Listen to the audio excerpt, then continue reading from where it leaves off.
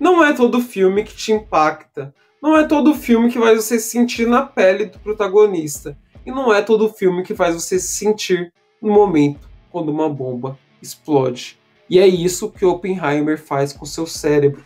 Ele faz tudo isso ao mesmo tempo de uma forma extremamente criativa. Então, neste vídeo eu vou te provar por que esse filme é uma obra de arte.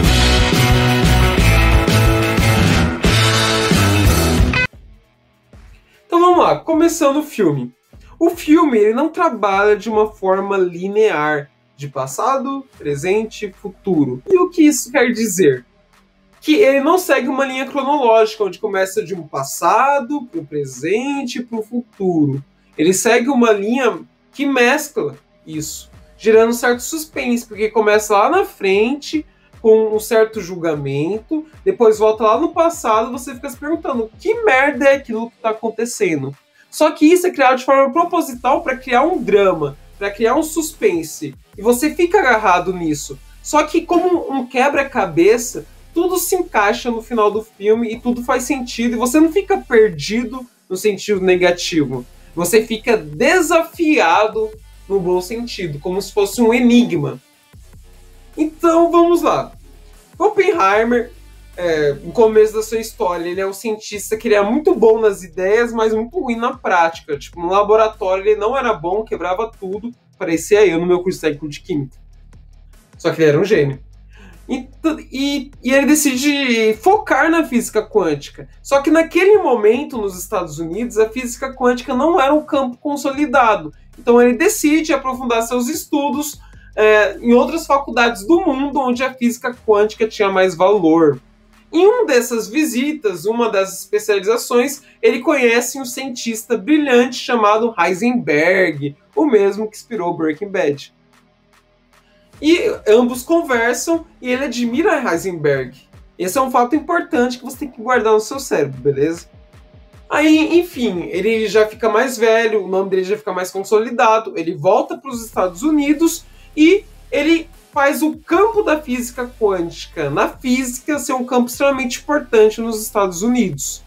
Enquanto isso, a Segunda Guerra Mundial começa e Albert Einstein, junto com outros dois cientistas, entrega uma carta para os Estados Unidos, que é alertando para o perigo que a Alemanha poderia criar uma bomba atômica, pois Heisenberg era um alemão e um cientista que tinha todas as capacidades de poder criar uma bomba atômica.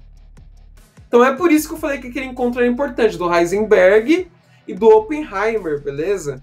Só que o que o Albert Einstein não sabia na época e nós sabemos hoje é que o Heisenberg é um cara muito humanitário. Ele mesmo não contou para os alemães sobre a questão da bomba atômica. Então, não tinha a possibilidade da Alemanha criar uma bomba atômica. Mas os Estados Unidos não tinham essa informação. Então, os Estados Unidos começou a pensar no projeto Manhattan, da criação de uma bomba atômica. E ninguém melhor para liderar esse projeto do que o cientista que foi responsável por consolidar o campo da física quântica, que é o Oppenheimer. Só que isso é mostrado de um filme. Essa sinopse não consegue dizer o que é o filme. Porque mesmo se eu te contasse todos os spoilers do filme, isso não tiraria a grandeza do filme. Porque a história não é sobre Oppenheimer, o cientista, mas é sobre Oppenheimer, o ser humano, que inclui o cientista.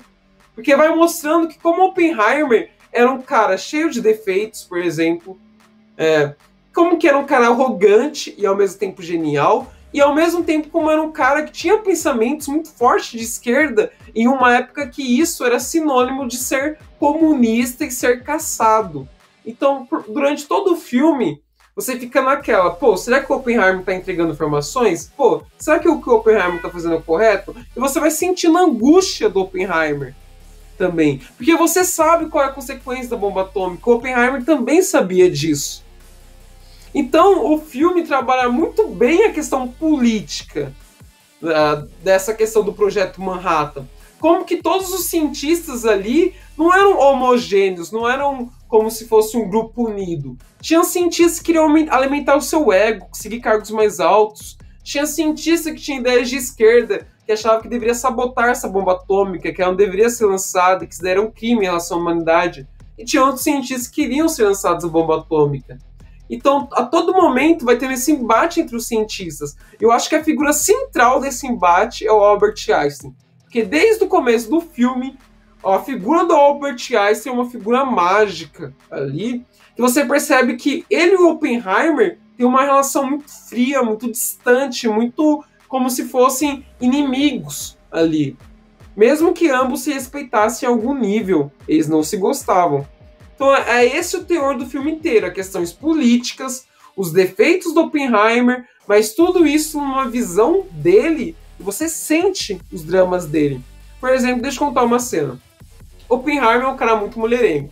Ele gosta muito de se relacionar com mulheres, mesmo que elas sejam casadas. Teve um caso de uma amante dele, ele se relaciona, que tempos depois ela comete suicídio. Ele fica com esse peso na consciência. Isso é muito bom sendo mostrado no filme. Inclusive, essa mesma mulher protagoniza uma cena que foi muito criticado nos jornais, nas revistas, nas críticas, que é uma cena de sexo. Só que o pessoal não percebeu, que criticou, é que essa cena não foi jogada ali só para ter uma cena de sexo, como o Game of Thrones fazia para conseguir mais visibilidade. Foi colocada para mostrar a psicologia e a relação dos dois personagens. Que nem a gente percebe que a relação dos dois era muito tóxica e muito estranha. Aquela mulher por si só era muito estranha. Então essa cena de sexo é importante para você perceber justamente isso, não foi colocado de forma aleatória. Beleza? Então, continuando a análise. Tem outra coisa que o filme mostra muito bem. Durante a Segunda Guerra Mundial, os Estados Unidos e os aliados estavam travando uma guerra contra o eixo. Alemanha, Itália, Japão. Só que eles já estavam prevendo uma futura guerra. Ou seja, eles não queriam revelar informações para a União Soviética. E é esse todo o drama do filme. Que o projeto Manhattan, o projeto da bomba atômica, vazasse para os espiões soviéticos e eles conseguissem criar uma bomba atômica também. Então é por isso que o Oppenheimer acaba passando por aquele julgamento que a gente vê nas cenas iniciais.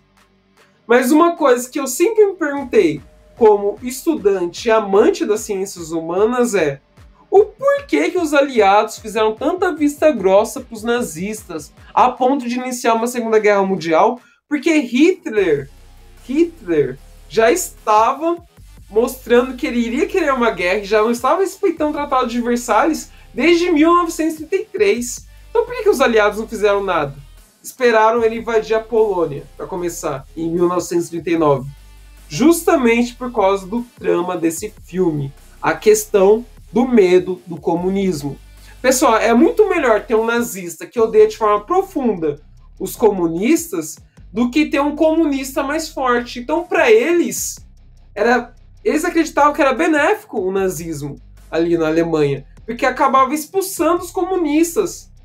E as ideias não seriam propagadas e provavelmente esses países não teriam o risco de se tornarem comunistas, que é algo muito grave para quem era burguês ou para quem estava no poder. Então, por isso que eles fizeram vista grossa em relação aos não cumprimentos da Alemanha. E é por isso que nesse filme fica tão forte esse teor de Guerra Fria, mesmo não estando na Guerra Fria. Então eu acho que é sensacional para você entender o contexto histórico. Mas só isso não mostra a explosão da obra. O que mostra a explosão da obra é como que é dirigida. E eu vou falar duas cenas em particular que vai mostrar isso de forma perfeita. Então agora vai ter spoilers reais do filme. Porque até agora o que eu falei é apenas um pouco da história do filme. E isso não vai atrapalhar ninguém, porque todo mundo sabe que a bomba atômica foi lançada, foi um sucesso o projeto Manhattan, que teve o projeto Trinity. Todo mundo sabe isso. Mas o que você não sabe é o que o Christopher Nolan fez com essas informações. Uma cena específica, que é do projeto Trinity, quando eles vão fazer o teste da bomba, o impacto da explosão, o tempo de espera, nossa, ficou um silêncio, de repente, o cinema inteiro. E aquele silêncio, daquela explosão do projeto Trinity, fez um barulho no coração de todo mundo que estava no cinema. Era perceptível isso. Não tinha nenhum barulho no cinema inteiro. Ficou um ar super tenso. do impacto da explosão. Eu posso contar nos dedos a quantidade de vezes que eu vi um filme no cinema causando esse impacto nas pessoas que estão assistindo. É como se você estivesse lá, naquele momento onde a explosão está acontecendo do Projeto Trinity. Aquele impacto, aquele silêncio, aquele boom.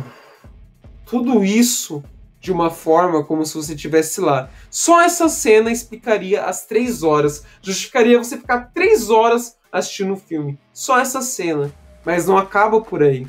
Depois, quando a bomba de Hiroshima é lançada, Oppenheimer vai fazer um discurso para aquele vilarejo, para aquela comunidade que foi tão importante para o Projeto Manhattan. Porque já que a preocupação era de segurança, as pessoas que trabalhavam no Projeto Manhattan acabavam trazendo a família e ficavam nesse lugar ali. Então tinha várias coisas, como se fosse uma vila. Só que a cena é genial. Quando Oppenheimer começa o seu discurso, as pessoas que estão ouvindo e vibrando começam a ter reações parecidas àquelas que os japoneses sofreram com os impactos da radiação ou da bomba atômica. E você vai sentindo o drama, a culpa do Oppenheimer, sabendo o que ele fez. E o discurso dele, as pessoas aplaudindo, ele falando que a única coisa que se arrependia é não ter atacado bomba atômica antes nos nazistas, não ter dado tempo. Mas você sente que, no fundo, ele sente o impacto dessa reação. Mas por que ele continuou com a bomba atômica? Por quê? Existia um motivo muito forte. E é isso que eu quero que vocês entendam. Pessoal, quando a Alemanha perde a Segunda Guerra Mundial, já era quase óbvio para todo mundo, incluindo os japoneses, que eles não conseguiriam vencer a guerra, que os aliados ganhariam. Só que o Japão queria forçar os Estados Unidos a criar um tratado que não prejudicasse tanto o Japão. É por isso que o Japão imaginou que, no momento que os Estados Unidos começassem a perder muitos soldados americanos, eles iam fazer algum tratado. Porque pense, você, estadunidense, perder soldados estadunidenses e continuar numa guerra traz um prejuízo financeiro e moral muito grande. Então, realmente, os Estados Unidos, mesmo ganhando, com certeza a guerra, mesmo sem a bomba atômica, ia ter um prejuízo muito grande. Um filme que mostra muito bem isso é Até o Último Homem. Recomendo assistirem também. Então, na perspectiva dos Estados Unidos, a bomba atômica tinha 3 motivos para ser lançada. Primeiro, mostrar o poder dos Estados Unidos para o mundo. Segundo, mostrar o poder dos Estados Unidos para a União Soviética, mostrando, ó, eu tenho bomba atômica, fique esperto. E o terceiro é poupar a vida dos estadunidenses, dos soldados americanos. Porque a partir do momento que você causa um impacto psicológico de uma bomba atômica sendo lançada em Hiroshima e Nagasaki, a rendição japonesa é certa. E isso vai ser o vislumbre da Guerra Fria. Então, na perspectiva do Oppenheimer, causar um impacto no mundo inteiro de uma bomba atômica, mostrar o que o ser humano poderia fazer, poderia causar uma cooperação para que não houvesse mais bombas atômicas e guerras. Ou seja, a paz seria causada pelo destruidor de mundos, na própria palavra de Oppenheimer. E será que ele estava errado? Se a gente for analisar de forma retrospectiva, um dos motivos que a Guerra Fria aconteceu é justamente por causa do poder dos Estados Unidos e da União Soviética. Porque se os dois guerreassem entre eles, não ia sobrar nada. Então, de certa forma, deu certo a questão. É que o sacrifício foi muito grande. Então a Guerra Fria só foi fria por causa da bomba.